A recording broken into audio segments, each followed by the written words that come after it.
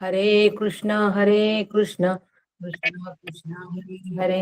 सद्गुरुनाथ महाराज की जय। अभाग्यासी करी भाग्यवंत, ऐसे श्री गुरु काका श्रीमंत, जीवत्वाची खंत स्वरूपी विराली श्रीराम। जीवना देण्या अर्थ सद्गुरु काका समर्थ, जीवत्वाचा अंत आत्मारामी केला श्रीराम। शुकासारिखे पूर्ण वैराग्य ज्याचे, वसिष्ठा परी ज्ञान योगेश्वराचे, कवी वाल्मिका सारिखा मान्य ऐसा, नमस्कार माझा सद्गुरु रामदासा श्रीराम। परमपूज्य श्री गुरु डॉक्टर काका यांना साष्टांग नमन। परमपूज्य मंदाताईंना साष्टांग नमन। परमादरणीय सुनील काकांना साष्टांग वंदन। आणि श्रोते, आपण जगदीशांची मूर्ती माझी प्रेरणास्थान म्हणून आपणालाही साष्टांग वंदन करते। श्रोते, आपण जगदीश मूर्ती श्रवणी बैसावे एकांती, स्थिर होईल माझी मती आपणा कृपा प्रसादे। पुनश्च एकदा आपणाला वंदन करते आणि आजच्या चिंतनाला प्रारंभ करते। चिंतनाचा विषय दासबोध, आणि ह्या दासबोधाच्या अंतर्गत दशक 19वा सुरू आहे। शिकवण सध्या दशकाचं नाव, आणि समर्थ आम्हाला शिकवण द्यायला तत्पर आहेत। आणि ही शिकवण आमच्या नक्की अंगवळणी, एक आपल्या मराठीमध्ये शब्द आहे, गळी उतरली पाहिजे। हा फार सुंदर शब्द आहे की शिकवण गळी उतरली पाहिजे। आणि गळी उतरली पाहिजे याचा अर्थ काय? गळी म्हणजे गळ्यात उतरली पाहिजे, म्हणजे गळ्यात उतरली पाहिजे म्हणजे ती शिकवण आमच्या गळ्यात ज्यावेळेला अन्न ज्यावेळेला आमच्या गळ्यामध्ये जातं तेव्हा ते पोटात जातं, आणि पोटात गेल्यानंतर ते सगळं अंगी लागतं। बरोबर आहे? ही जी प्रक्रिया आहे अन्न अंगी लागण्याची, बस हीच प्रक्रिया आम्हाला आता तत्वज्ञानाच्या बाबतीत करायची आहे। आणि म्हणून श्री गुरूंनी दिलेली जी शिकवण आहे ही आमच्या गळी उतरली पाहिजे, म्हणजे आमच्या ती जीवनामध्ये बोध रूपाने राहिली पाहिजे, बोध होऊन राहायला पाहिजे आम्हाला। बस झाले संसाराची फळ, संसार झाला सुफळच, झाले साधनाची फळच। आणि म्हणून शिकवण काय आहे, प्रत्येक समाज काय शिकवण देतोय हे जर आम्ही नीट तपासलं, नीट बघितलं, त्याचा नीट विचार केला तर प्रत्येक शिकवण ती आमच्या नक्की गळी उतरेल, ती पचनी पडेल आणि ती अंगी लागेल। गळी उतरणं, पचनी पडणं, आपण म्हणतो मुलाला, अरे जरा गळी अन्न उतरतंय की नाही, पेशंटलाही म्हणतो, अरे गळी उतरतंय की नाही, नाही माझ्या गळी उतरतच नाहीये, काही तोंडाला चवच लागत नाहीये, गळीच उतरत नाही। अरे मग कसं तुझ्या अंगात ताकद येईल? बरोबर आहे की नाही? तसं तत्वज्ञान शिकवण गळीच उतरत नाहीये, आणि ती गळीच उतरत नाही तर ताकद कशी येईल? धष्टपुष्ट मी कसा बनेन? धष्टपुष्ट म्हणजे मूळचा मी कोण आहे? ब्रह्मरूप आहे, धष्टपुष्टच आहे की नाही? आणि म्हणून आम्हाला प्रत्येक समाज ही शिकवण देतो आहे, ही शिकवण आमच्या लक्षात आली पाहिजे। करंट लक्षण जरी समर्थांनी आम्हाला सांगितलेलं आहे, करंट लक्षण, तरी सुद्धा शिकवणच त्याच्यातून आम्हाला दिलेली आहे की बाबा रे, ही करंट लक्षण जे आहे हे त्यातून सुद्धा शिकवणच घ्यायची आहे। आणि पुढचं चौथा समास जो आहे सदैव लक्षण निरूपण, ही पण शिकवणच देतात आहे. अगदी करंट लक्षणाच्या विरुद्ध सदैव लक्षण निरूपण आहे. सदैव म्हणजे देवासारखे, म्हणजे देवाचेच सारखे, म्हणजे देवाचेच लक्षण, म्हणजे दैवी संपत्ती. देवाचेच म्हणजे दैवी संपत्ती. ही दैवी संपत्ती आम्हाला स्वतःला कमवायची आहे. तेव्हा मग करंट लक्षणाच्या माध्यमातून जी होती ती सगळे आसुरी संपत्ती आमच्यामध्ये, जे आसुरी म्हटलं की जरा भीती वाटते, असं वाटतं असुर म्हणजे राक्षस, आणि राक्षसी संपत्ती माझ्याजवळ आहे, मी काय राक्षस आहे का? आम्हाला राक्षस म्हणजे वेगळ्याच डोळ्यासमोर चित्र असतं.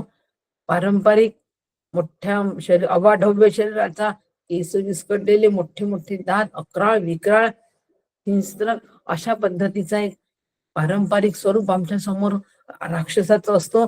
पण राक्षसी वृत्ती, रूपाकडे काय बघता, वृत्ती कशी असते ते महत्वाचं आहे. राक्षसी वृत्ती आहे का, फार महत्वाचं. सीता अशोकवनामध्ये होती. अशोकवनामध्ये असताना तिथे तिच्या आजूबाजूला राक्षस गण होते. रावणाने मुद्दाम ठेवले होते, पण त्याच्यामध्ये त्रिजटा नावाची राक्षसी होती असं आपण ऐकतो. पण ती मात्र रूपाने जरी राक्षस असली तरी वृत्ती मात्र तिची सात्विक होती.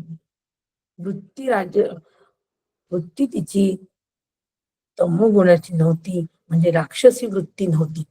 म्हणजे मग रूपावर काहीही अवलंबून नाही, वृत्तीवर अवलंबून आहे. वृत्ती कशी आहे, आणि म्हणून ज्याची वृत्ती ही तमोगुणाची असते, तमोगुणात्मक वृत्ती आहे, ज्याची वृत्ती रजोगुणात्मक आहे, रज आणि तमाने जी युक्त आहेत वृत्ती, त्याला आसुरी संपत्ती असं म्हणतात. कारण याचं कारण काय, की सर्व जीव जे आहेत ते प्रकृतीच्या सत्व रज तमामधूनच, तीन गुणातून निर्माण झाले. आपल्याला सदैव लक्षण बघायचंय, आणि म्हणून सदैव लक्षण बघत असताना आपण काल करंट लक्षण बघितलं, आणि आम्ही आज दैवी संपत्तीकडे चाललोय, सदैव लक्षणाकडे चाललो आहे. पण तत्पूर्वी आपल्याला बघायला पाहिजे की हा जो जीव आहे, हा जीव सत्व रज तम या तीन गुणांचे म्हणून जीव तयार झालेला आहे. कार्य कारणस्य गुणानुवृत्ती, कार्य कारणस्य गुणानुवृत्ती म्हणजे काय, कारणामध्ये असणारे सर्व जे गुण असतात ते कार्यामध्ये अनुस्यूत होतात. आणि म्हणून तिन्ही हा जो न्याय आहे की कारणामध्ये असलेले सगळे गुण कार्यामध्ये असतात, आणि म्हणून तिन्ही जे गुण आहेत ते प्रत्येकामध्ये, प्रकृती जन्मताच प्रत्येकामध्ये कमी जास्त प्रमाणामध्ये अनुस्यूत असतात. प्रकृतीचं कार्य आहे की नाही जीवा, आणि म्हणून त्या कार्यामध्ये कारणाचे तिन्ही, आणि प्रकृती तीन कारणांनी बनलेली आहे, सत्वरज तम युक्त अशी प्रकृती आहे. म्हणून तिन्ही गुण प्रत्येक जीवामध्ये कमी जास्ती असतात. त्यामुळे वर्तमान मध्ये आम्ही जेव्हा जीवन जगतो तेव्हा या तीन गुणापैकी कोणत्या ना कोणत्या गुणाचा, प्रकृतीचा आम्ही आश्रय घेतो. पहा, राग आला आम्ही तमगुणाचा आश्रय घेतो. एखाद्याबद्दल औचित आमच्या अंतःकरणामध्ये दया उत्पन्न होते, सत्वगुणाचा आम्ही आश्रय घेतो. अनेक ठिकाणी फिरावं असं वाटतं, पाहावं असं वाटतं, खावं असं वाटतं, त्यावेळेला आम्ही रजोगुणाचा आश्रय घेतो. आणि म्हणून कधी रजोगुण प्रधान असतो, कधी तमोगुण प्रधान असतो, कधी सत्वगुण प्रधान आम्ही असतो. आणि म्हणून तिन्ही गुण एकाच वेळेला कधी उत्कर्षित होत नाही. झालंय, गुणांचं मी आज वाटणी सांगणार नाहीये, गुणांचं कार्य सांगणार नाही. मला एवढंच म्हणायचंय की जीव हा प्रकृतीचं कार्य आहे, आणि प्रकृती तीन गुणांची आहे, आणि ह्या तीन गुणांचं कार्य आमच्या या जीवामध्ये सतत चालत असतो. हा जीव या तीन गुणांनुसार कार्य करत असतो. आणि म्हणून या गुण जे आहे, तमोगुण जर हवी जास्ती असेल तर त्याला राक्षसी वृत्ती म्हणतात, म्हणजे असुरी प्रकृती म्हणतात. आणि राजसिक आणि तामसिक जी प्रकृती आहे ती आमच्या अधःपतनाला कारणीभूत ठरते. आणि ती सगळी आपण काल बघितली करंट लक्षण मध्ये. बघा, करंट लक्षण मध्ये जी आता काल करंट लक्षणामध्ये तमोगुण आणि रजोगुण असा विभाग आपण केलेला नाहीये. परंतु या दोन गुणांचा प्रकर्षाने या समासामध्ये, करंट लक्षण समासामध्ये अंतर्भाव आहे. आणि म्हणून करंट लक्षण जे आहे, ही करंट लक्षण आम्हाला त्याचा त्याग करायचा आहे. आणि सात्विक गुणांचा म्हणजे दैवी गुणांचा आम्हाला स्वीकार करायचा आहे. हे तितकंच महत्वाचं आहे. आणि गीतेमध्ये सुद्धा भगवंतांनी म्हणून दैवी संपूर्ण दैवी संपत्ती जी आहे, दैवी संपत्ती बद्दलचा एक संपूर्ण अध्याय 16वा अध्याय आम्हाला समजून सांगितलंय की दैवी संपत्ती कोणती आणि आसुरी संपत्ती कोणती. आणि म्हणून आम्हाला जी आसुरी संपत्ती आहे म्हणजे जे करंट लक्षण आहे, त्याला समर्थांनी करंट लक्षण म्हटलंय, भगवंतांनी आसुरी संपत्ती म्हटलंय. पण म्हटलंय संपत्तीच. बघा, संपत्ती म्हणून त्याचा गौरव केलाय. अनात्मश्री विग्रहण आचार्यांचं स्तोत्र आहे. अनात्मश्री म्हटलंय, अनात्माला पण ती श्री वापरलाय आणि आसुरीला पण संपत्तीच वापरलेली, संपत्ती हा शब्द वापरलेला आहे. आणि म्हणून त्या संपत्तीचाही आम्हाला त्याग करणं फार आवश्यक आहे. म्हणून त्याचं स्वरूप, विकार, कार्य हे सगळं समजलं पाहिजे. त्याग करायचंय तेव्हा स्वरूप माहित पाहिजे, कशाचा त्याग करायचा, कसा त्याग करायचा, त्याचं काय, का बरं त्याग करायचा. कारण ही आसुरी संपत्ती आमच्या स्वस्वरूपाच्या आड येते. आसुरी संपत्ती स्वस्वरूपाच्या आड येते, आमच्या आनंदाच्या आड येते, आमच्या सुखरूपतेच्या आड येते. करंट लक्षण आमच्या सुखरूपतेच्या आड येतं. म्हणून त्याचा आम्हाला त्याग करायचा आहे आणि दैवी प्रकृतीचा, दैवी संपत्तीचा आश्रय घ्यायचा आहे. त्यासाठी सदैव लक्षण आम्हाला नेमकं काय आहे हे बघायचंय. आणि म्हणून भगवंतांनी गीतेमध्ये म्हटलेलं आहे. काय म्हटलंय भगवंतांनी गीतेमध्ये? गीतेत सुद्धा भगवंत वारंवार आपल्याला हेच सांगतात आहे की यो मामेव सम्मूढो जानाति पुरुषोत्तम. म्हणजे मला जर जाणायचं असेल अर्जुना, तर मला जाणण्यासाठी असमूढ असाच पुरुष पाहिजे, म्हणजे मूढ नाही. असमूढ म्हणजे मूढ नाही. जो मूढ नाही असाच साधकाला, अशाच प्रकृतीला मला जाणता येतो. तोच पुरुष जो संमूढ नाही, तोच मला जाणू शकतो, तोच सर्वज्ञ होतो आणि तोच मला जाणण्यासाठी अधिकारी आहे. स्पष्ट भगवंतांनी सांगितलेलं आहे अगदी. यो मामेव सम्मूढो जानाति पुरुषोत्तम. मग आता मला मूढ असावं मी की असं मूढ असावं? कारण आयुष्याच्या काळी सच्चिदानंद पदवी घेणे आमचं ठरलंय. मनुष्य जन्मात येणे अकस्मात हे भाग्य नाही, तेथेची ब्रह्म जाणणे हे पण पटलंय. इथेच आम्हाला ब्रह्म जाणायचंय हे पण पटलेलं आहे. आणि म्हणून आमचं ध्येयच आता सच्चिदानंद पदवी घेण्याचं जर असेल, तर त्या सच्चिदानंद पदवी घेण्याच्या आड जर काय असेल तर ही मूढता येते, हे करंटपण येतो. आणि म्हणून माझ्यामध्ये जे करंट लक्षण आहे, जे तम आणि रजगुणांनी युक्त असं आहे. आता आपल्याला बरं वाटलं की नाही, हो आज काल तर जरा करंटेपण वगैरे, विद्या नाही, वैभव नाही, विवेक नाही, ज्ञान नाही, फार भारी डोस झाला हो. पण आज त्याला जरा माइल्ड केला की नाही, कारण आम्हाला आता दैवी संपत्तीकडे जायचंय. तो डोस, कालचा जो डोस होता तो थोडा माझा माइल्ड झाला की रज आणि तम,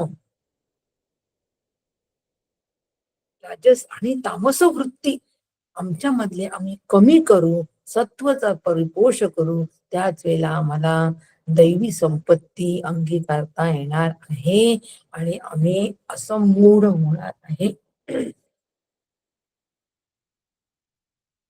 आम्हाला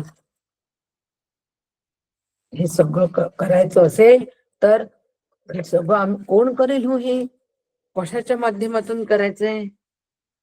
मलाच करायचंय. मीच माझा शत्रू, मीच माझा मित्र. आत्मेव आत्मनो बंधू, आत्मेव त्रिपुरात्मता. मीच माझा शत्रू, मीच माझा मित्र. भगवंत म्हणतात.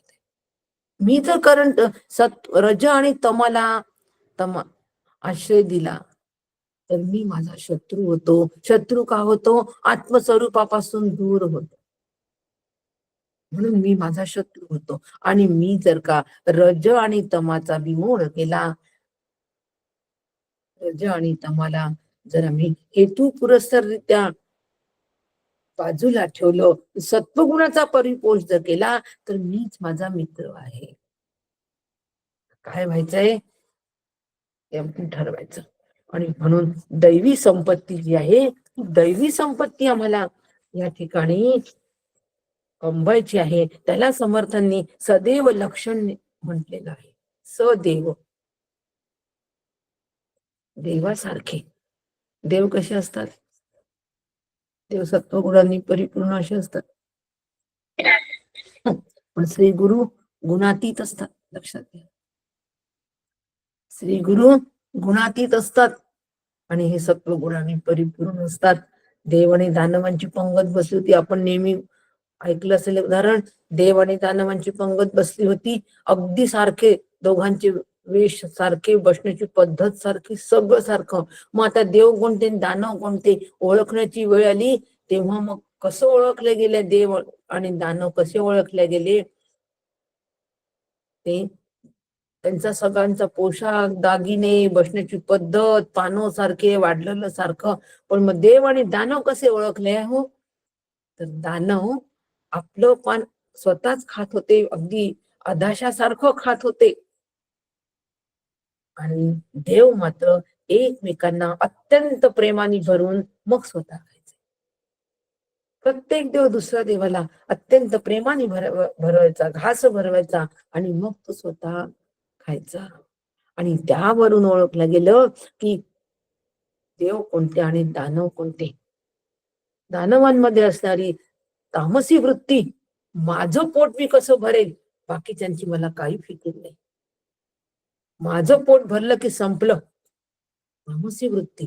आणि देव आधी मी दुसऱ्यांचे पोट भरतो मग मी खाईन, सात्विक वृत्ती.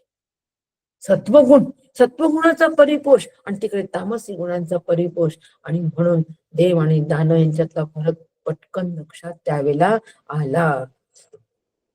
पुराणातल्या गोष्टी आपण दृष्टांत मधला द्राष्टांत घ्यायचा. आणि म्हणून आम्हाला सदैव लक्षण समर्थांनी या ठिकाणी सांगितलेले आहे. ज्यांच्याजवळ हे सदैव लक्षण असतं ना, म्हणजे दैवी संपत्ती ज्यांच्याकडे असते ना, तर त्यांचं व्यावहारिक, लौकिक, सामाजिक, कौटुंबिक सगळं जीवन जे आहे ते अत्यंत सुखाचं होतं, दैवी संपत्ती असली तर. आता त्या दैवी संपत्तीला जेव्हा आम्ही आत्मस्वरूप प्राप्त करण्यासाठी वापरतो ना, तेव्हा ते साधकत्व तिथे विकसित होतं. नाहीतर मग सज्जनतेपर्यंतच ती व्यक्ती जाते. इथे सज्जनताच फक्त विकसित होते. परंतु त्या दैवी गुण संपत्तीचा उपयोग जर आपण आत्मस्वरूप प्राप्त करण्यासाठी, आत्मस्वरूपाला प्राप्त होण्यासाठी वापरला तर मात्र तीच दैवी संपत्ती आमच्यामध्ये साधकत्व तयार करून आम्ही सिद्धापर्यंत पोहोचतो. एवढाच फरक आहे. म्हणून पण ही दैवी संपत्तीनी सज्जन सुद्धा आपलं लौकिक जीवन सुद्धा अत्यंत आनंदात आणि व्यवस्थित सुखाने घालू शकतो, इतकं त्या दैवी संपत्तीचं सामर्थ्य आहे. एवढं त्या सामर्थ्य आहे. आता आणि अशा दैवी संपत्ती ज्यांच्याकडे असते ना, असं सदैव लक्षण ज्यांनी प्राप्त केलेलं असतं ना, त्यांना समाजामधले फार लोक त्रास पण देत नाही, त्यांच्या वाट्यालाही जात नाही. आता असा आपण नियम नाहीये पण हा, परंतु तर काही लोक काही लोकांना दिला त्रास, नाथ महाराजांना त्रास दिला, तुकाराम महाराजांना त्रास दिला, माऊलीला त्रास दिला, कमी त्रास नाही झाला संतांचा, कमी छळ नाही झाला, दुष्ट लोकांकडून कमी छळ नाही झाला संतांचा. परंतु मग दुष्ट लोकांकडून यांचा छळ झाला असताना सुद्धा हे सुखाने जीवन का कसे जगत होते, याच काय कारण आहे? याच एकच कारण आहे की या मंडळींनी जरी यांना त्रास दिला असेल तरी त्यांच्या ते दैवी संपत्तीने परिपूर्ण असल्यामुळे या मंडळीचा उद्वेग कधी होत नव्हता, ते उद्विग्न कधी होत नव्हते. यस्मान्नो द्विजते लोकांनो द्विजते च. कालच परवाच बघितलं आपण, फार सुंदर पद्धतीने हा श्लोक आपल्याला समजावून सांगितलाय. लोकांनी जरी त्रास दिला तरी सुद्धा ते कधीच उद्विग्न होत नाही, आणि त्यांचं स्वतःच वागणं असं असतो की त्यांच्या वागण्यामधून लोक सुद्धा, लोकांना त्रास होईल असं त्यांचं वर्तणूक नसते. त्यांनी सदैव लक्षण स्वतःमध्ये विकसित केले आहेत. ते त्याचं महत्व सांगते मी, सदैव लक्षणाचं महत्व सांगते. आणि मग ती लक्षणं कोणती कोणती आहे ते सहज आपण जेव्हा वाचू ना तेव्हा सहज सगळ्यांना समजणार आहे. पण दैवी संपत्तीचं काय महत्व आहे हे जोपर्यंत आम्हाला कळणार नाही तोपर्यंत आम्ही दैवी संपत्ती कमवण्याच्या मागे लागणारच नाही. भरमसाठ अभ्यास करू, हो, सत्संग करू, अभ्यास करू, परंतु ही संपत्ती आम्ही जोपर्यंत कमवणार नाही तोपर्यंत आम्ही आत्मस्वरूपाकडे वाटचाल करू शकणार नाही. पक्क लक्षात ठेवायचं. म्हणून दैवी संपत्ती कशासाठी? का? कारण ते लक्षण आम्हाला त्याग करायचं आहे. का दैवी नुसतंच त्याग करायचा तर काहीतरी स्वीकारले पाहिजे ना तिथे. नुसतंच त्याग करून होईल का? म्हणून करंटे लक्षणाचा त्याग, आसुरी संपत्तीचा त्याग आणि दैवी संपत्तीचा स्वीकार, अशा पद्धतीचं जर साधकाचं असेल आणि त्या दैवी संपत्तीचा उपयोग ब्रह्मप्राप्तीसाठी, अनुभव रूपतेसाठी असा जर का हा प्रवास असेल, असं हे मार्गक्रमण जर साधकाचं असेल तर मग स्वस्वरूपता आमच्यापासून लांब नाही. पक्क लक्षात ठेवा. आपल्याला फक्त सज्जन म्हणून सज्जन नाही व्हायचंय, आपल्याला साधकत्व आपलं विकसित करायचंय. सगळं जे चाललंय ना हे साधकत्व विकसित करण्यासाठी चाललंय. गीता स्वाध्याय मंच कशासाठी? स्वाध्याय मंच. सुंदर सगळ्यांची प्रवचन भक्ती योगावरती झाली. भक्ती योगाचा अभ्यास वक्त्यांचा चिंतनाच्या माध्यमातून झाला आणि श्रोत्यांचा श्रवणाच्या माध्यमातून झाला की नाही? श्रवणाच्या माध्यमातून तेच तेच तेच तेच ज्यावेळेला आम्ही ऐकतो ना तेव्हा आम्ही तेच होऊन राहतो, दुसरं काहीच नाही होत. ज्यावेळेला मुलगी ऐकते की तू त्या घरची सून होणार आहे, तू त्या घरची सून होणार आहे, लग्न ठरल्यानंतर काही महिने तरी मध्ये असतात, 2 महिने 3 महिने तिला सारखं हेच ऐकावं लागतं की तू सून होणार आहे, तू सून होणार आहे. आणि एक दिवस ती तेच होऊन राहते. तिथे गेल्यानंतर तिला ते सगळं आठवतं आपोआप, कसं वागायचं, कसं बोलायचं, कसं वेगळं तिला त्यावेळेला तिथे ट्रेनिंग घ्यावं लागत नाही. त्यात अगदी सहजता येते. तसंच सारखं सारखं हेच ऐकत राहिलं की आम्ही एक दिवस तेच होऊन राहू. आणि म्हणून स्वाध्याय मंच, आणि म्हणून साधकत्व विकसित करण्यासाठी सगळा खटाटो. एकदाही साधकत्व आमच्यातलं विकसित झालं की मग त्याला येणारं फळ म्हणजे सिद्धत्वाचं आहे. सिद्धत्वाचं येणारं हे फळ आहे. आणि हे फळ एकदा आलं की मग मात्र आम्हाला झाले साधनाचे फळ, संसार झाला सुफळ. आणि म्हणून हे सदैव लक्षण आम्हाला आमच्यामध्ये विकसित करायचं आहे. आणि असं सदैव लक्षण, सदैव लक्षण जर आम्ही आमच्यामध्ये विकसित केलं तर मात्र आपण बघत होतो तर की कोणी आपल्याला त्रास दिला तरी उद्विग्नता नाही, आणि आपलं वागणं सुद्धा दुसऱ्यांना उद्विग्न करणार नाही. यस्मान्नो द्विजते लोकांनो द्विजते च. दोन्ही बाजूनी त्रास नाही. आता त्या दैवी संपत्तीमुळे मोक्ष मिळतो. सदैव लक्षणामुळे मोक्ष मिळतो. मोक्षासाठी सदैव लक्षण आवश्यक आहे. आत्मपद जे आहे ते ब्रह्मपद जे आहे, जीव ब्रह्मैक्य जे आहे, ह्या जीव ब्रह्मैक्याचा अनुभव आम्हाला या सदैव लक्षणाच्या माध्यमातून येतो. परंतु त्यासाठी काय हवं, काय आवश्यक आहे? दैवी संपत्ती आम्हाला कमवायची आहे. नुसती कमवायची नाही, ती टिकवून ठेवायची आहे. नुसती टिकवून ठेवायची नाही, तर त्याचा उपयोग या जीव ब्रह्मैक्यासाठी करायचा आहे. तिन्ही गोष्टी जर आम्हाला करायच्या असतील तर काय आवश्यक आहे? हो, सत्वसम शुद्धी. भगवंतांनी पण सांगितलंय हा उपाय. त्या ठिकाणी काय हवंय? अंतःकरणाची शुद्धी हवी आहे. सत्वसम शुद्धी, अंतःकरणाची शुद्धी फार आवश्यक आहे. अंतःकरण जर शुद्ध असेल तर हा मोक्ष सोपा आहे, सरळ आहे. जिथे शुद्ध अंतःकरण नाही तिथे मोक्ष अतिशय कठीण आहे. म्हणून अंतःकरणाची शुद्धी फार महत्वाची आहे. तेव्हाच ही दैवी संपत्ती तिथे टिकून राहील. आपण गेलो एखाद्याच्या घरी, गेलो आणि घरी गेल्यानंतर तिथे जर का अगदी गलिच्छ असं ते ठेवून सगळी मांडणी असेल घरामधली, तर तिथे आपण आपला पाय स्थिर राहील का? केव्हा या घरातून बाहेर पडतो असं होतं की नाही? नको नको, या घरात थांबावं असं सुद्धा वाटत नाही. वाटतं की नाही असं? आणि जिथे घर नेटकं सुंदर स्वच्छ असतो तिथे असं वाटतं इथेच राहावं. मंदिरात गेल्यानंतर काय वाटतं? इथे किती प्रसन्न वाटतं, इथेच राहावं. म्हणजे ज्या ठिकाणी शुद्धता आहे त्या ठिकाणी स्थैर्य आहे, असा विचार आपण याच्यातून करावा. शुद्धता त्या ठिकाणी स्थैर्य. मग आम्हाला सदैव लक्षण जर का आमच्यामध्ये विकसित करायचे असतील तर सगळ्यात महत्वाची गोष्ट म्हणजे आम्हाला आमचं अंतःकरण हे शुद्ध ठेवणं फार गरजेचं आहे. शुद्ध अंतःकरण, शांत होणं फार गरजेचं आहे.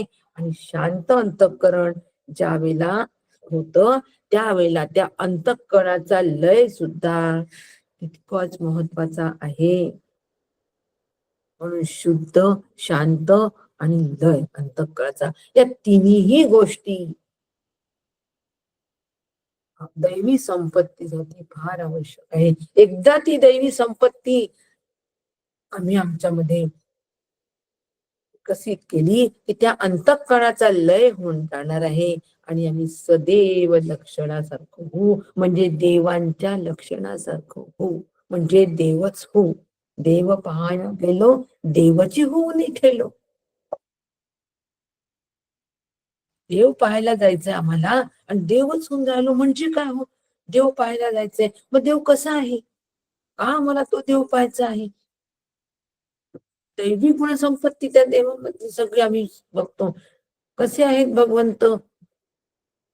6 गुणांनी युक्त आहे. यशस्वी, औदार्य. कसे आहेत ते भगवंत?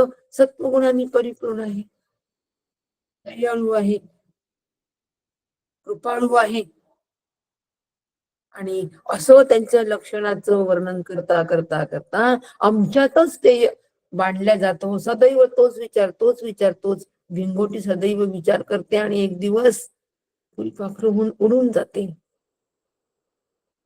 विचार विचार विचार, फक्त विचारानेच हे सहज शक्य होणार आहे. कोणती प्रक्रिया नाही करून घ्यावी लागत. बाकी कशाने काही बनवायचं असेल तर प्रक्रिया करावी लागते. इथे वैचारिक प्रक्रिया आहे. म्हणून देव पाहायला गेलो आणि देवची होऊन ठेवली. तेच होऊन आम्ही गेलो.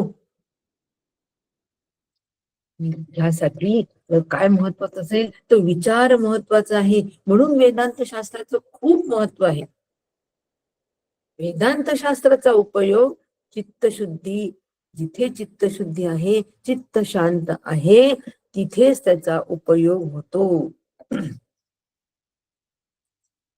आणि ज्या ठिकाणी चित्तशुद्धी नाही, चित्त शांत नाही, त्या ठिकाणी त्याचा उपयोग होत नाही. वेदांत शास्त्राचा उपयोग होत नाही. म्हणून आम्हाला साधन करताना तिन्ही गोष्टींचा विचार करावा लागेल. मग ते कंपार्टमेंट नाही की आधी चित्त शुद्ध करून घेतो. निष्काम कर्माने चित्त शुद्ध होतं. निष्काम उपासनेने ते शांत होतं. आणि मग ते शांत झालं की मग ते त्याचा लय होतो चैतन्यात. काही वेगळं करावं लागत नाही त्याच्यासाठी. शुद्ध आणि शांतीसाठी साधन आहे सगळं. आणि म्हणून हे तिन्ही मिळून एक सुंदर साधना पद्धती तयार होते. आणि अशी जेव्हा साधना पद्धती करून चित्त शांतीला जेव्हा परिपक्वता येते, त्याच वेळेला एक दिवस अचानक जे व्हायचं ते होऊन जात. आणि हेच अपेक्षित आहे. सदैव लक्षणामध्ये हेच अपेक्षित आहे. म्हणून सदैव लक्षणांचा अभ्यास करताना आम्ही शुद्ध आणि शांत चित्त असणं फार आवश्यक आहे. पंडित तोची एक भला नित्य भजे जो विठ्ठला. जो विठ्ठलाचं भजन करतो त्याला पंडित असं म्हणतात. पंडित वाचक जरी झाला पुरता तरी कृष्ण कथा ऐकी व्हावे. जरी पंडित झाला, वाचन झालं पूर्ण, तरी कृष्ण कथा सोडत नाही. आणि कशासाठी हे सगळं एवढं सांगणं की दैवी संपत्ती आम्ही जरी धारण केली तरी सुद्धा ती टिकून राहिली पाहिजे. त्यासाठी कृष्ण कथा ऐकत राहावी. सद्विचार सतत ऐकत राहावे, सद्विचार करत राहावे. आणि सतत ह्यासाठी सातत्याने आम्हाला हे करत राहायचं. सातत्य फार सांभाळलं गेलं पाहिजे. आपल्याला वाटतं आता आमचं चित्त शांत झालं, आता आम्हाला काही गरज नाही. नाही हो, सगळ्याची आवश्यकता आहे. निष्काम कर्माची पण आहे. आता निष्काम कर्म 10 वर्ष केले, निष्काम कर्म उपासना आम्ही 10 वर्ष केली. आता आम्ही फक्त काय करू, ज्ञानाचाच अभ्यास करू असं नाही जमत. कर्म उपासना याचा समन्वय लावत लावत ज्ञान प्राप्त करायचं आहे. तेव्हा झाले साधनाचे फळ. ही साधन आहे संपूर्ण. आणि यासाठी अंतःकरण शुद्धीची फार आवश्यकता आहे. आणि या अंतःकरण शुद्धी नसेल तर आत्मज्ञान होणार नाही. कारण आत्मा हे अंतिम शुद्ध तत्व आहे. त्याला विमन असं म्हणतात. म्हणून विमल आत्म्याचा अनुभव जर घ्यायचा असेल तर आम्ही सुद्धा विमल असलं पाहिजे. काल उदाहरण एक दृष्टांत दिला होता चित्राचा आणि कोऱ्या कागदाचा दिला होता. गायीने गवत खाल्लं, शुद्ध अंतःकरण, काहीच त्याच्यावर नाही, ओरखडा पण नाही. आज नाही देत परत ते उदाहरण. काल छान समजावून सांगितले चित्राचं विचित्र आणि संसार विचित्र आहे. म्हणून आज एकच उदाहरण देते दुसरं की सरोवरामध्ये जर का ते पाणी, सरोवराचं पाणी जर का गढूळ असेल तर प्रतिबिंब सूर्याचं पडेल का? अजिबात पडणार नाही. ते सूर्याचा प्रकाश त्या गढूळ पाण्यामध्ये फाकणारच नाही. तर प्रतिबिंब कसं? अशांत आहे सरोवर, लाटा पुष्कळ आहे, पुष्कळ लाटा आहे, अशांत आहे, खवळलेलं आहे ते पाणी सगळं सतत सतत अगदी वाहतोय, खळखळ खळखळ खळखळ वाहत आहे, खळखळाट फार आहे. तो प्रकाश पडला, पाणी शुद्ध आहे पण खळखळाटच फार आहे पाण्याला. काय शुद्ध पाणी आहे हो, काचेसारखं म्हणतो आपण, स्वच्छ पाणी आहे. आणि पण खळखळाट इतका आहे, उथळ पाण्याला खळखळाट फार म्हणतो की त्या खळखळाटामुळे ते पडलेलं जे पडलेला जो प्रकाश आहे, पडलेलं प्रतिबिंब आहे, ते स्थिर राहत नाही. सगळ्यांचा अनुभव ते स्थिर राहत नाही. तसं अंतःकरण जर अशुद्ध असेल तर त्या अशुद्ध अंतःकरणात आत्मस्वरूपाचं प्रतिबिंब पडणार नाही, आत्मप्रकाश फाकणार नाही आणि तो स्थिर राहणार नाही. तो स्थिर राहणार नाही. म्हणून शांत नसेल तर ते चंचल असता कामा नाही. आणि म्हणून ते शांत आणि शुद्ध असणं फार गरजेचं आहे. म्हणून निष्काम कर्म आणि निष्काम उपासनेने शुद्ध आणि शांत सतत ठेवावं, तेव्हा तो आत्मविचार टिकून राहील. आणि त्यासाठी सदैव लक्षण. आणि म्हणून माझं अंतःकरण जर अशुद्ध आहे, चित्त अशुद्ध आहे, त्याचं एकच प्रमाण आहे. डॉक्टर काका म्हणतात त्याचं एकच प्रमाण लावा की मी असं केलं असतं तर बरं झालं असतं, मी असं केलं नसतं तर बरं झालं असतं, कुठून मला बुद्धी झाली मी हे केलं, असं जर माझ्या मनात सारखं सारखं येत असेल तर माझं चित्त अशुद्ध आहे, माझं चित्त अशांत आहे, ते चित्त गढूळ आहे. बस. मी असं का केलं, जे करायला पाहिजे होतं तेच केलं, चित्त स्थिर असल्याचं लक्षण. जसं करायला पाहिजे तसंच केलं, शुद्ध स्थिर. मला कुठून बुद्धी झाली मी हे केलं, मला भगवंताच्या भगवंतानी प्रेरणा दिली, भगवंतानी बुद्धी दिली, तसं मी केलं, त्याच्या आज्ञा मी पाळल्या. बस. शांत आणि शुद्ध चित्त हे. आणि अशा शुद्ध आणि शांत चित्तामध्ये आत्मस्वरूपाचं निश्चित प्रकाश पडल्याशिवाय राहणार नाही, आणि तेच होऊन राहील. इतकं या सदैव लक्षणाला महत्व आहे. म्हणून समर्थ म्हणतात की आता संपूर्णपणे सदैव लक्षण जे आहे ते विवेके सांडावे, संपूर्ण विचारपूर्वक त्या मागच्या करंट लक्षणाचा त्याग करायचा विचारपूर्वक. आणि सुदैव माणसाची लक्षण आहे की जी अत्यंत सुख देणारी आहे, अत्यंत सुख, त्या ठिकाणी दुःख नाही, असा अत्यंत शब्द आहे. अत्यंत सुख आपण काय कोणाला कशाला म्हणतो, अत्यंत सुखी आहेत ते म्हणजे तिथे त्यांच्याकडे सगळंच आहे. हो, अत्यंत सुखी आहेत ते, सगळ्यांचे स्वभाव छान, सगळं काही, आर्थिक सुसंपन्नता, सामाजिक सुसंपन्नता, सामाजिक मान सन्मान, अत्यंत सुखी आहेत. म्हणजे आता त्या ठिकाणी सुख नावाची गोष्ट मिळवण्यासारखी काही नाही, त्याला अत्यंत शब्द वापरतात. अत्यंत सुख आणि अत्यंत सुख एकाच ठिकाणी असतो, ते म्हणजे आत्मा सुखरूप आहे. एकदा मी सुखरूप आहे हे मला ह्याची अनुभूती आली, ह्या अनुभवाला मी प्राप्त झालो, हे अत्यंत सुख आहे. आता सुखासाठी मिळवण्याची धडपड नाही, सुख मिळवण्याचं दुसरं वेगळं काही कारण नाही, अत्यंत सुख. आणि म्हणून असं अत्यंत सुख आम्हाला केव्हा प्राप्त होईल, ज्या वेळेला आम्ही हे सदैव लक्षण जे आहे ते सदैव लक्षण आम्ही आमच्या अंगी बाणू त्यावेळेला. सदैव लक्षण कोणी बांधलेले असतात, आम्ही काय प्रमाण घ्यायचं, कोणाच्या प्रमाण धरायचं, तर त्यासाठी हे प्रमाण आम्ही धरायचं आमचे श्री गुरु संत, श्री गुरु संत सज्जन यांच्यामध्ये हे सदैव लक्षण असतात. आणि म्हणून आम्ही त्यांची लक्षणं जी आहेत ती आम्ही आमची साधन करून घ्यावीत. सदैव लक्षणाचा अभ्यास पुस्तकावरून, जे समास आहे त्या समासावरून करायचं का, हो, या समासावरून पण करायचा, पण ह्याचं प्रमाण फक्त श्री गुरु आणि संत सज्जनच आहेत. बस, हे त्याचं प्रमाण आहे. आणि म्हणून संतांच्या संगतीत राहावे. संत संगती, संत संग देई सदा, लगे मुक्ती धन संपदा, संत संग देई सदा.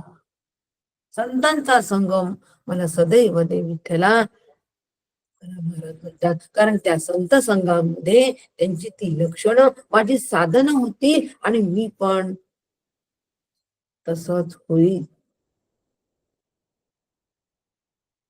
म्हणून सगळी जी लक्षणं दिलेली आहे सगळ्यांनी ही सगळी वाचायची, जेवढी झाली तेवढी आपण आज घेऊ. आणि बाकीची उरलेली जी आहे ती आपण घरी वाचायची, त्याचा विचार करायचा. नाही होणार सगळी लक्षणं, काही बिघडत नाही हो. कशाला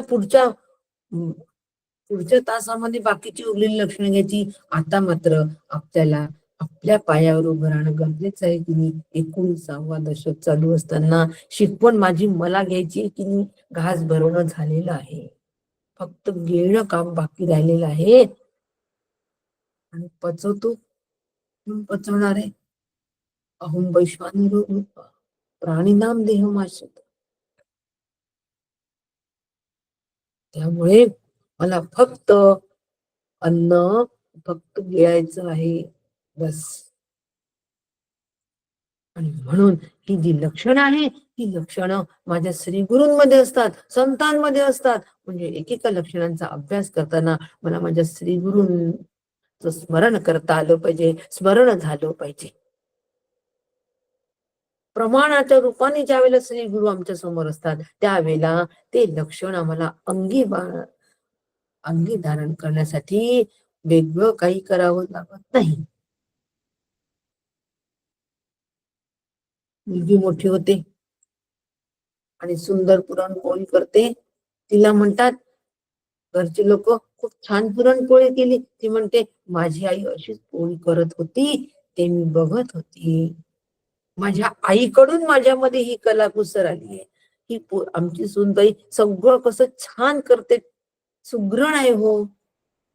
ती मात्र मनोमन म्हणते माझी आई सुगरण, म्हणून मी सुगरण.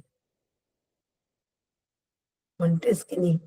म्हणजे आईला बघता बघता, आईच्या संघामध्ये राहून ती तशीच झाली. श्री गुरूंच्या संघामध्ये आम्ही ज्या वेळेला राहू, संतांच्या संघात राहू, तर आम्ही सुद्धा तेच होऊन राहू. म्हणून संत संग देई सदा, सत्संगतले निसंगत. म्हणून उपजत गुण शरीरी, परोपकारी नाना परी, आवडे सर्वांच्या अंतरी सर्व काळ. कोणती गुण असतात? सदैव लक्षण कोणतं आहे? तर दुसऱ्यांना मदत करायची, सतत मदत करायची. दुसऱ्यांना सतत मदत करायची. पण मदत करणं म्हणजे त्याला आवश्यकता नसतानाही मदत करायची का? नाही. तो तिथे त्या ठिकाणी तारतम्य आम्हाला सांभाळलं पाहिजे. आवश्यकता नाही तरी आपण जाऊन मदत करायची. तो म्हणतो अरे यार मध्ये मध्ये नको करू माझ्या. अरे बाबा नको मध्ये मध्ये करू, असं म्हणतो तो. नको माझ्या मध्ये मध्ये करू, मला माझं करू दे. नाही नाही, मला मदत करायचीच आहे. मला चैनच नाही पडत मदत केल्याशिवाय. अशी मदत करायची नाही. आवश्यकता असेल तर नक्की धावून जायचं. कशाचीही त्या ठिकाणी पर्वा करायची नाही. तन मन धन सगळे पणाला लावायची. मग त्या ठिकाणी आवश्यकता असेल तर तिथे नाही जीव काढायचा. मी पैसे कशाला देऊ, नेलेच नाही जास्ती पैसे, म्हणजे ते मागितले तर सांगता येतं बाबा माझ्या जवळ एवढे पैसे नाही. म्हणून सतत दुसऱ्यांना मदत करणे. आवश्यकता असेल तर, हे फार महत्वाचं कंसामध्ये अंडरलाईन. आणि त्याचप्रमाणे जे काही उच्चार असेल ते शुद्ध असतात, हस्ताक्षर शुद्ध असतो. मुख्य म्हणजे जे वाचतात, जे त्याचं आपण वाचन करतो, त्याचा अर्थ सुद्धा नीट समजून घेणे फार महत्वाचं आहे. जे आम्ही वाचतो ते नीट समजून घेणे, जे आम्ही लिहितो ते सुंदर अक्षरात लिहून घेणे. कसंही लिहायचं, कुठेही लिहायचं, कोणत्याही पानावर लिहायचं, आणि वेळ पडली की आठवतच नाही, मी कुठे लिहिलं मला आठवतच नाही, काय लिहिलं आठवत नाही, आणि वाचता येत नाही आता मला. त्यावेळेला घाईघाईत लिहिलं, क लिहिला की ब लिहिला. ते बैल गाडीत गेले लिहिलं, बैल गाडीत गेले हो, नाही हो, ती व्यक्ती बैलगाडीत गेली, कसं लिहिलं? वाचता पण येत नाही, अर्थ तर वेगळाच निघतोय. बैलगाडीत गेले असावर अर्थ निघतोय. ते हा ते जे हे दिलेलं आहे ते बैलांसाठी वापरलेला शब्द आहे तो ते नाही. ते हा शब्द कोणासाठी वापरला, सर्वनाम म्हणावं का आपल्याला, कोणासाठी वापरला, त्या व्यक्तीसाठी वापरलाय.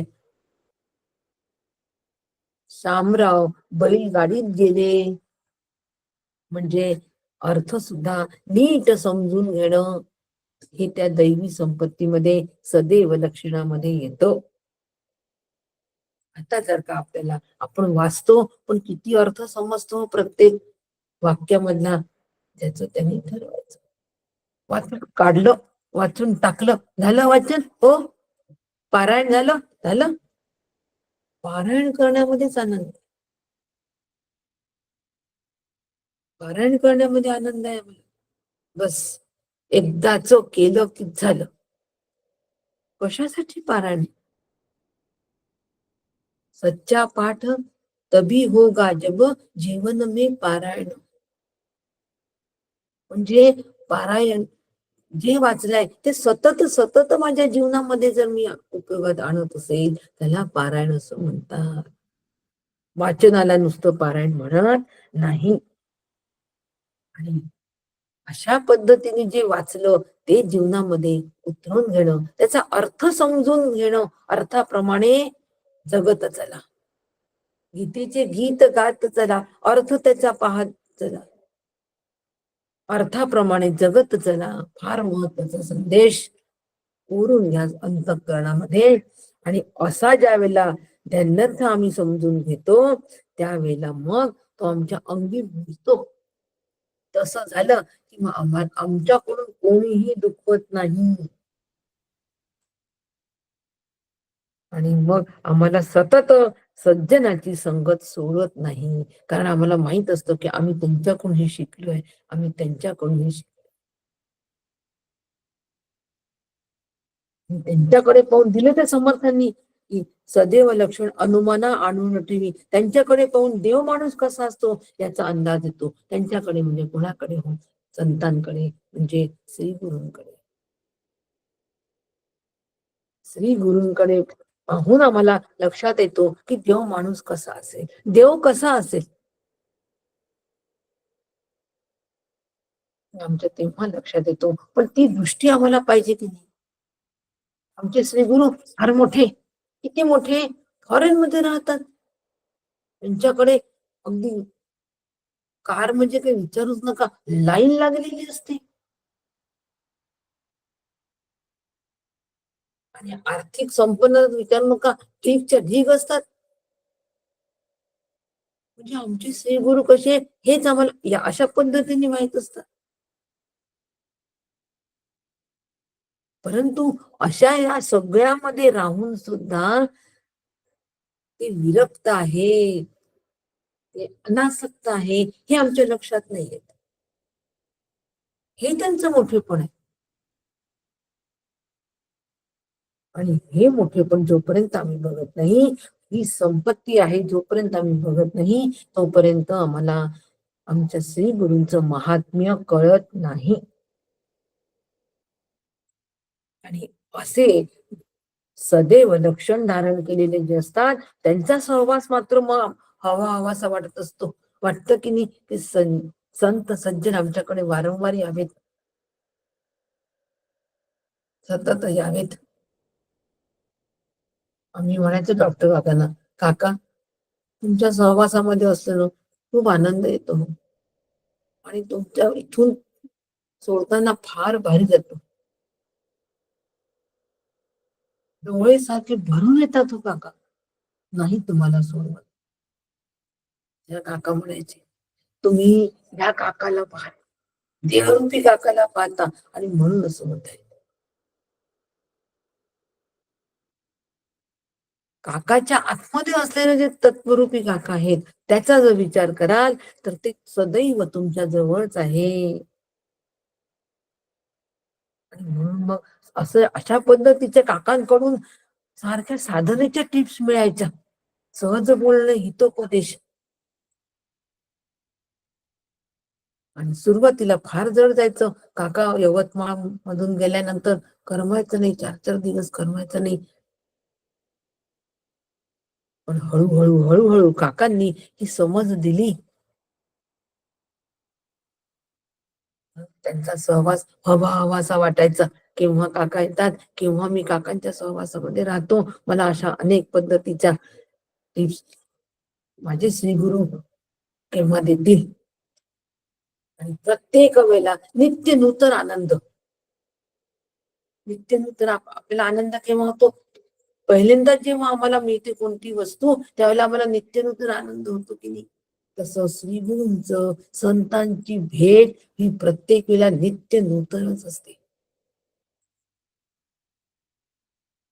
मग नित्य नूतन आहे, सनातन आहे.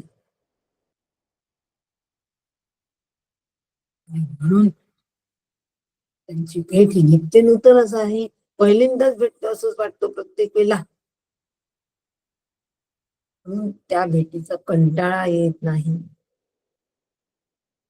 श्री गुरूंची भेट ही हवी विषय.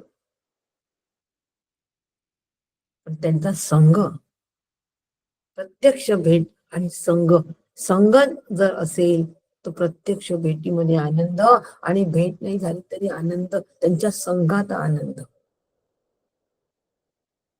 आणि म्हणून असे जे असतात ते मात्र जगाचे काय, मनुष्य जगत तेची मनुष्य जगमित्र, जगाचे मित्र असतात, जगमित्र असतात ते. कारण प्रत्येकाला ते हवेसे वाटतात, प्रत्येकाला ते माझेच आहे असं वाटतं.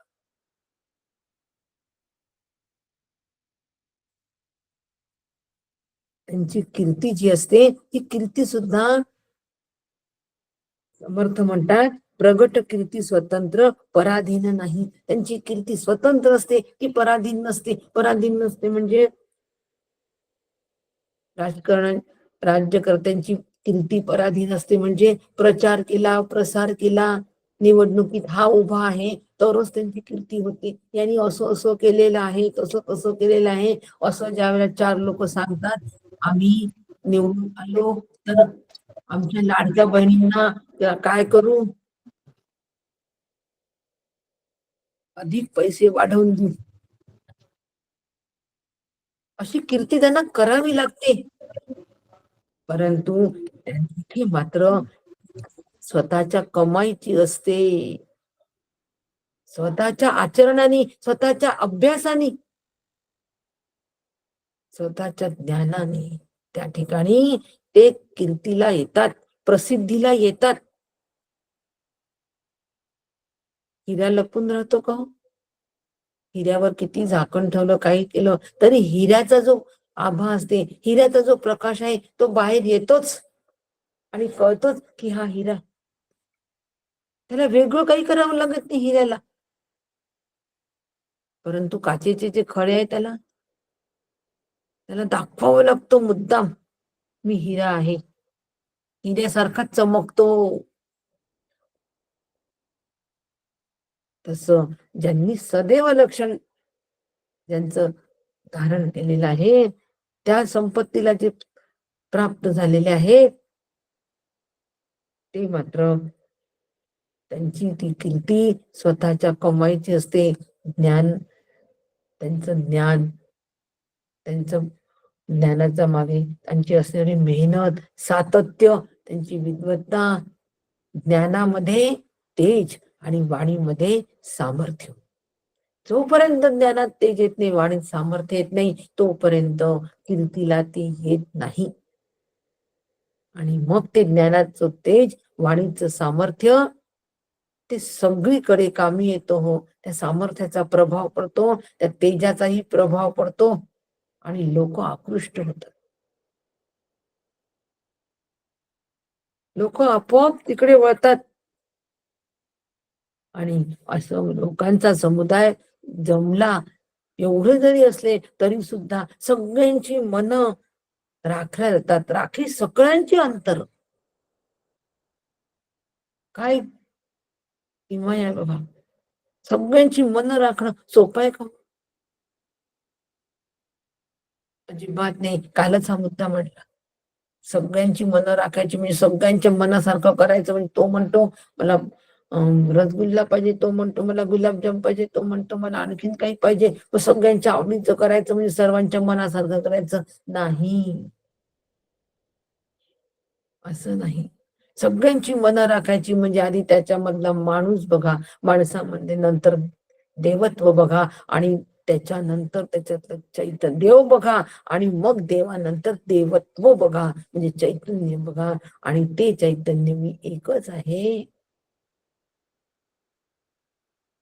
म्हणून त्याच्याशी त्याचं मन तेव्हा राखल्या जातं, तोपर्यंत नाही.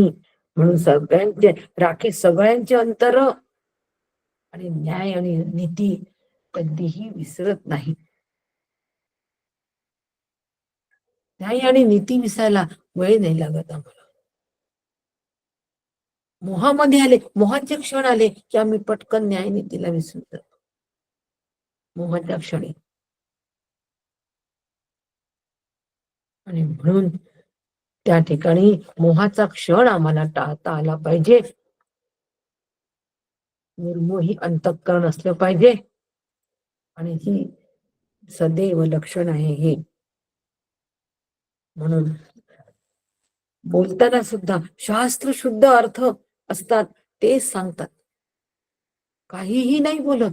म्हणून अभ्यास हे प्रगट व्हावे, प्रगट होऊन नासावे हे बरे नव्हे. अभ्यास झाल्याशिवाय ते प्रगटच होत नाही हो.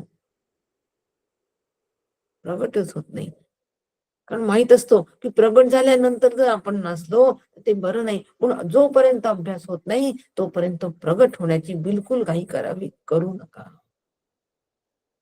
आधी अभ्यासाने मजबूत मला मजबूत व्हायचं आहे, आणि मग आपणास जितुके ठावे तितुके इतरांचे सांगावे. फार थोड्या अभ्यासावर आपण म्हणतो की नाही नाही आता मी प्रवचनकार होणार. अजिबात नाही. मग आम्हाला कोणतंच कार व्हायचे नाहीये. आणि शास्त्र शुद्ध अर्थ सांगणं, आणि जसा शास्त्र शुद्ध अर्थ सांगतात तसेच वागतात, बोले तैसाच चाले, ही सगळ्यात महत्वाची खूण आहे. सदैव लक्षण अंगी असण्याचं फार महत्वाचं प्रमाण आहे की बोले तैसा चाले. त्याची वंदावी पाऊले, बोलणं एक चालणं वागणं वेगळं, असं माझ्याकडून कधी होता का? मी नक्की तुम्हाला मदत करेन बरं, असं जर मी म्हणत असेल तर मी नक्की त्यांना मदत करावी. नाही नाही, माझा शब्द आहे मी मदत करेन, मला गेलं पाहिजे.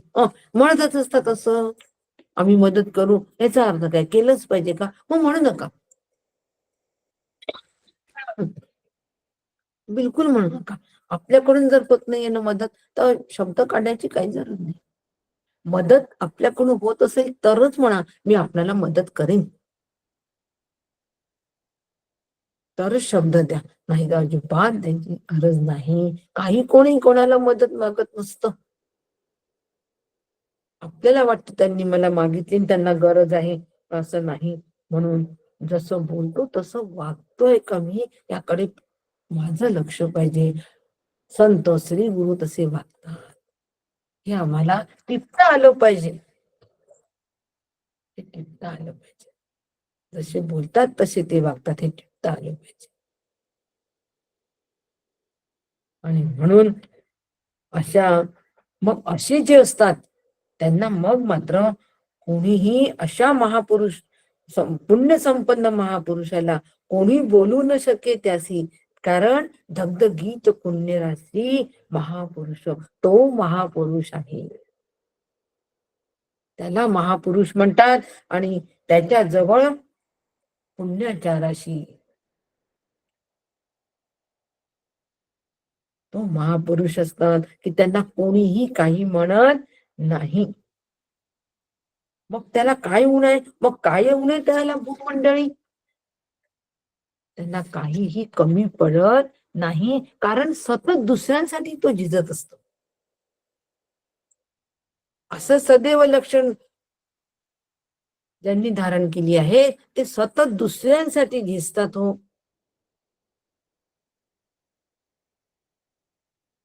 सगळी त्यांची काया दुसऱ्यांसाठी चंदना परी झिजावे.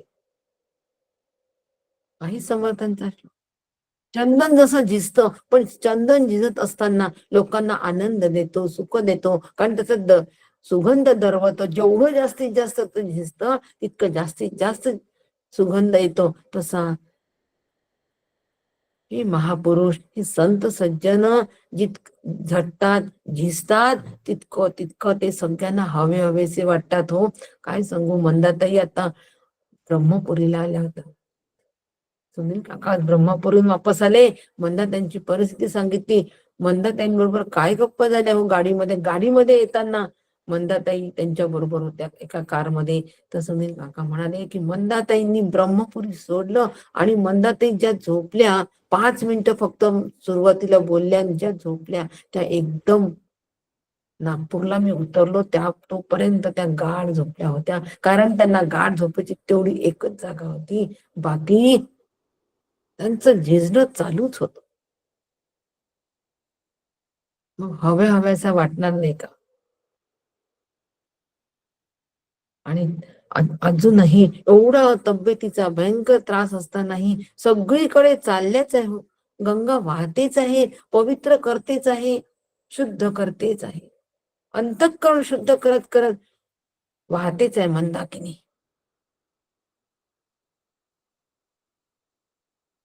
मग त्यांना जगात काय कमी पडणार? सत्ता नसूनही ते सत्ताधीश आहेत, काका म्हणतात. सत्ता नसून सत्ताधीश. सत्ता आहे म्हणून बाकी सगळं होतं, पण काका येणार आहे, मंदाताई येणार आहे म्हटल्यानंतर त्या ठिकाणी सगळी सुख हात जोडून उभे असतात. सगळी सुख, सगळं वैभव त्या ठिकाणी तयार असतो, उपस्थित असतो, हजर असतो. सगळं वैभव आहे का हो सत्ता? आज सत्ताधीशांसाठी सगळं वैभव असतं, तैनात, पोलीस तैनात, सगळी व्यवस्था, राजमार्ग सजवलेले, पण त्यांच्या मागे सत्ता असते. ती सत्ता गेली की ती व्यक्ती उद्या रस्त्यावरून जात असेल तरी कोणी बघत नाही. बघतोच आपण रोज टीव्ही, वेगळं सांगायला नको. पण या संतांजवळ, या महापुरुषांजवळ प्रत्यक्ष सत्ता नाही, पण ते सत्याधीश असतात. कारण अधिष्ठान अधिष्ठान रूपाने ते असतात, सत्ता रूपाने ते असतात, म्हणून ते सत्ताधीश असतात. सत्ता रूपाने ते असतात. सत्ता कोणती? आत्म्याची सत्ता. आत्मरूप असतात, ब्रह्मरूप असतात, म्हणून ते सत्ताधीश असतात. म्हणून सगळं वैभव त्यांच्यासाठी सज्ज असतो. सांगावं लागत नाही, ऑर्डर काढाव्या लागत नाही. नाहीतर मग बघा, एखादा मंत्री येणार असेल तर काय सगळे फटाफट फटाफट सूचना येतात, असं पाहिजे, तसं पाहिजे, तसं पाहिजे, अशी व्यवस्था, तशी व्यवस्था, गावामध्ये पोस्टर लावा, रोषणाई करा, तेव्हा ते सगळं होतं. आणि अशा, मग कोणतीही उणीव त्यांच्या तिथे नसते. आणि त्यांना सुद्धा कोणतीच उणीव, त्यांना सुद्धा कोणती उणीव दिसत नाही, असली तरी दिसत नाही, असली तरी. आणि अशा महापुरुषांना मात्र अध्यात्म विद्येची आवड असते. सदैव लक्षणामध्ये फार महत्वाची गोष्ट ही आहे की अध्यात्म विद्येची आवड, म्हणून ते महापुरुष आहेत. महापुरुष संश्रया, त्यांचा श्लोक आहे, 3 गोष्टी फार दुर्मिळ आहे म्हणून: मनुष्यत्व, मुमुक्षत्व, महापुरुष संश्रय. असे ते महापुरुष असतात. आणि त्यांचा आश्रय जर आम्हाला मिळत असेल तर आम्ही सुद्धा त्यांच्यासारखंच होतो. नेहमी लक्षात ठेवायचं. आणि म्हणून अशी मला कसं व्हायचंय, मग शृंगार करायचे. कशाचा शृंगार करायचा आहे? उत्तम गुण शृंगारला. उत्तम गुणांनी माझा शृंगार झाला पाहिजे. उत्तम गुणांनी मी शृंगारित गेलं पाहिजे, तेव्हाच मी बहुतामध्ये शोभला प्रगट प्रतापे उगला मार्तंड जैसा. उत्तम गुणांनी जेव्हा मी सुशोभित होईल, त्याच वेळेला सर्वांच्या मध्ये मी शोभन दिसे. भक्त शिरोमणी कोण? हनुमंत भक्त शिरोमणी म्हणतात. का हो शिरोमणी झालेत ते? भक्तीमुळे. भक्ताची लक्षणं सगळी परिपूर्ण, परिपूर्ण भक्त. नाथ महाराज जो जनार्दन स्वामींचा लाडका, जनार्दन स्वामींचा लाडका कोण? नाथ महाराज श्री गुरूंचे लाडके. का लाडके? कारण त्यांनी आपल्या नाथ भागवताच्या माध्यमातून भागवत धर्माची नौका त्या ठिकाणी तयार केलेली आहे. भागवत धर्म सांगितलेला आहे की ज्या नौकेने संसार सागर तरून जातो. म्हणून नाथ महाराज लाडके आहे, श्री गुरूंचे लाडके. स्वतः तरले आणि बाकीच्यांना तरण्यासाठी राजमार्ग तयार करून दिला. भागवत धर्म त्या ठिकाणी कथन केला नाथ भागवतामध्ये.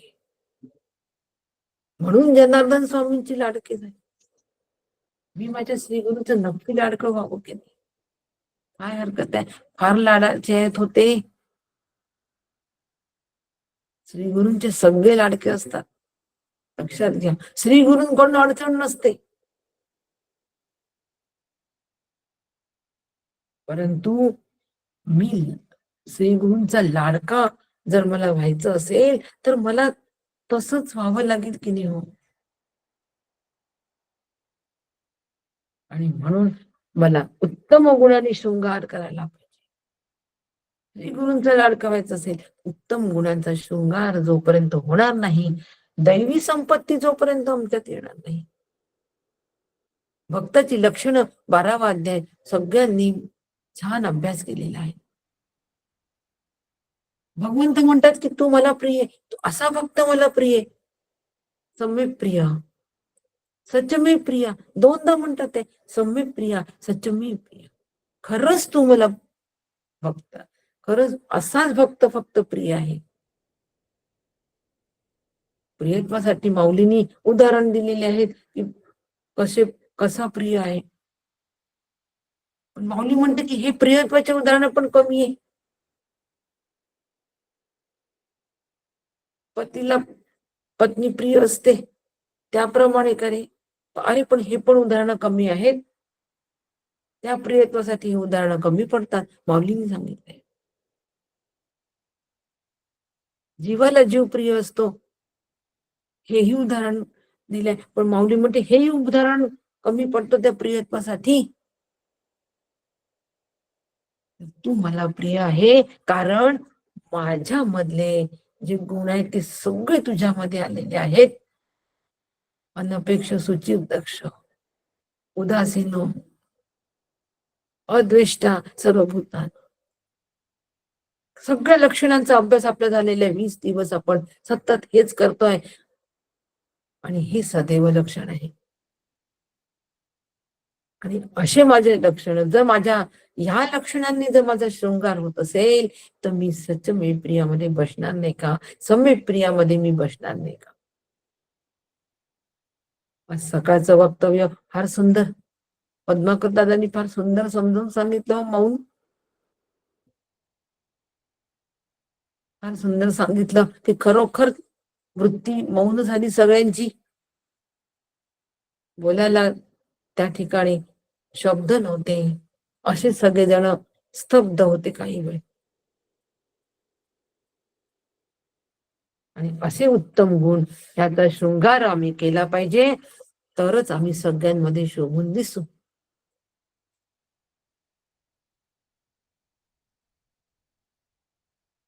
वेळ होऊन गेली, माफ करा, माझं लक्ष नव्हतं घड्याळाकडे. अशा पद्धतीने ही दैवी संपत्ती जी आहे, ही सगळी दैवी संपत्ती आम्ही जितके काही उत्तम गुण ते समर्थांचे लक्षण, अवगुण ते करंटे लक्षण सहजची झाले. पण जेवढी सगळी लक्षणं आहे ती सगळी समर्थांची आहे. आणि बाकीची जी लक्षण आहे ती करंटची आहे. अशी करंटची लक्षणांचा त्याग करायचा आणि सदैव लक्षणांचा आम्ही स्वीकार करायचा. पुढची सगळी लक्षणं आपण घरी होमवर्क म्हणून वाचून घ्या. अगदी सोपी आहे. त्याच्या मागचं मर्म जे आहे हे सगळं सांगितलेले आहे. आणि अशा पद्धतीने आज हा समास आपण या ठिकाणी थांबवू. माझ्या चिंतनाला विराम देते. 15 मिनिटं जास्त झाले. वेळेचं भान नाही राहिलं सांगताना, म्हणून क्षमा मागते. असं होणार नाही आपल्या वर्गामध्ये, याची नक्की काळजी घेईल. वेळेला फार महत्व आहे. रामकृष्ण हरी. रामकृष्ण हरी ताई. रामकृष्ण. नमस्कार करते सुरेंद्र. रामकृष्ण हरी शैला. तुम्ही शैला शैला सज्जन आता सज्जनगडाला गेलो होतो ना आता अमृत महोत्सवाला, तेव्हा मंदाताईला सगळ्यांनी म्हटलं की तुम्ही आता तिकडे होतात आणि आता इथे आला, तर म्हणे मी 12 तारखेपासून इथे आहे. सगळ्या नद्या आटतात म्हणे, पण मंदाकिनी कधी आटणार नाही म्हणे. सुंदर. स्वतः म्हणाल्या असं. रामकृष्ण हरी काकू, नमस्कार करते. काकू तुमच्याकडनं रेकॉर्डिंग स्टॉप करा ना.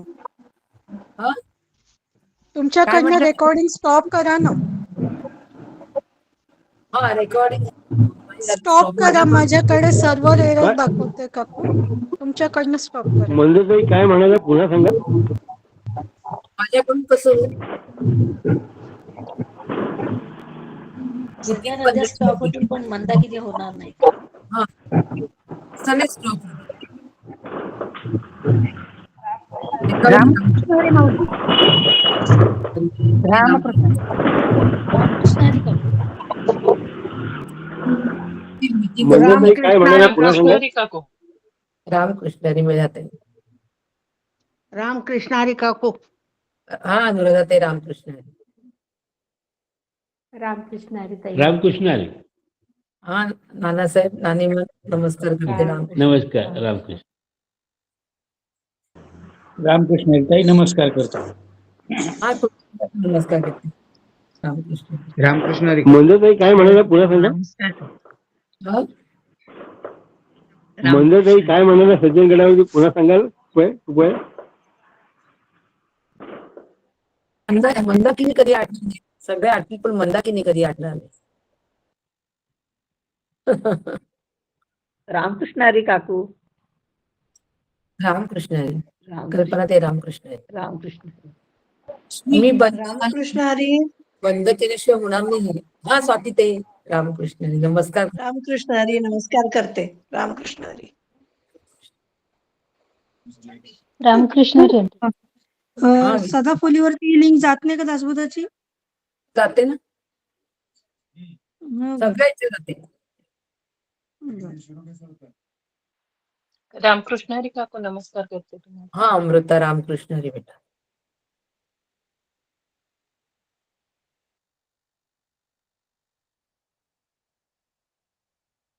रश्मी थांबते मी, त्याच्याशिवाय रेकॉर्डिंग बंद नाही होणार. हो काकू, चालेल.